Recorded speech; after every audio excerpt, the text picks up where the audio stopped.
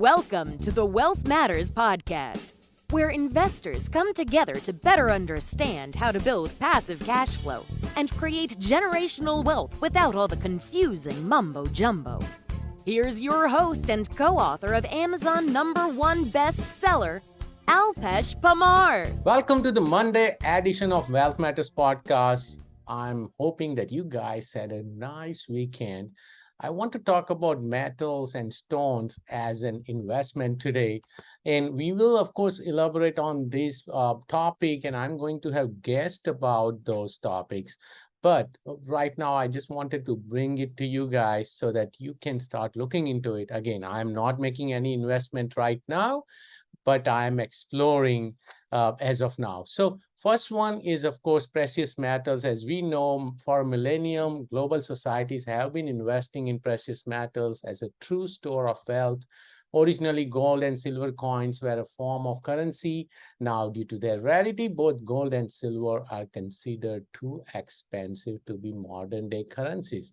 However, precious metals continue to appeal as fundamental store of wealth and are considered by investors throughout the world as an essential hedge against economic calamity, hedge against inflation, a true store of value. So I don't consider precious metals as an investment, but it's more of my insurance against if something happens with economy, if it goes into recession, inflation, if somehow US dollar is not an acceptable currency, but something could happen.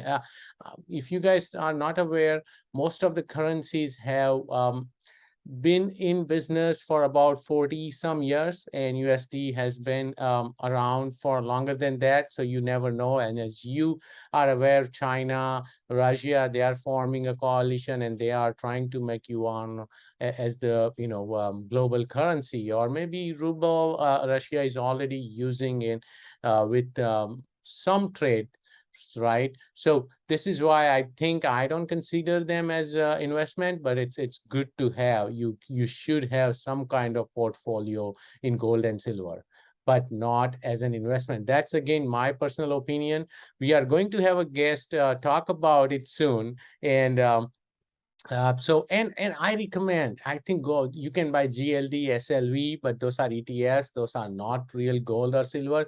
So if you really want to buy, I would say that buy, gold bullion, silver coins, or whatever you can afford or whatever you may be interested in, right? A website I have used, again, I'm not advertising for this. I use this website, I would say 2012 or 13, kitco.com, kitco.com, to buy bullion, gold bar, or as well. And, there is another famous website called APMEX, appmax.com. That's another one. You can check it out. They sell gold, silver, platinum, and palladium. And I'm pretty sure they have other type of metals if there is anything else. But I think these are some of the famous websites. So you should definitely check it out. I think with the inflation running still rampant, and we know that there may be recession, it may be a good idea to have some of your investments in gold or silver, and maybe platinum. I'm not sure. I don't own platinum or palladium. I do own gold and silver.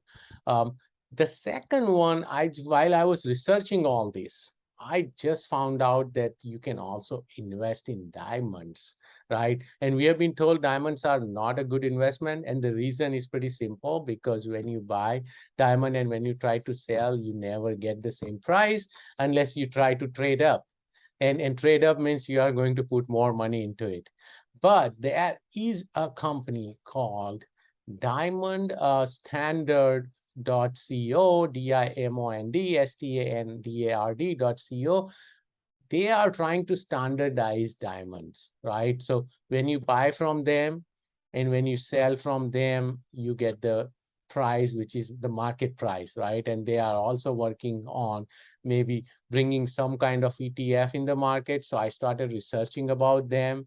I have not yet decided, but they have basically you can invest in the company and they can buy diamond for you, or you can buy diamond bars from them, or a coin which has a lot of diamonds stuck into it, right? So let me share my screen. If you are watching this on YouTube, you can actually see that this is how the diamond coin looks like.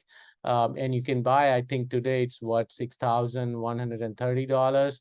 Since they came out with the coin, it's up 22% as well. So it sounds pretty interesting. And of course, as I said, you can always invest in the company. Again, I'm not recommending it yet. I'm just exploring, and I would highly recommend if you guys check it out and let me know what you guys think of it as well, because it sounds pretty interesting.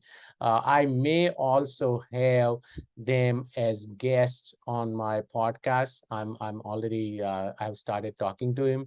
Why invest in diamonds? Their beauty won't fade, right? They have stood the test of time. Their value is kind of protected. They are safe investment, and but and if you buy it in a ring or something, they are something that you can wear, right? Of course, it may not work every time when you try to sell, and that's why I was looking for another company which can help us invest in diamonds, right? So there is also Antwerp Diamonds.direct. It's pretty famous as well. Again, I have not bought it through them. So, please bear with me.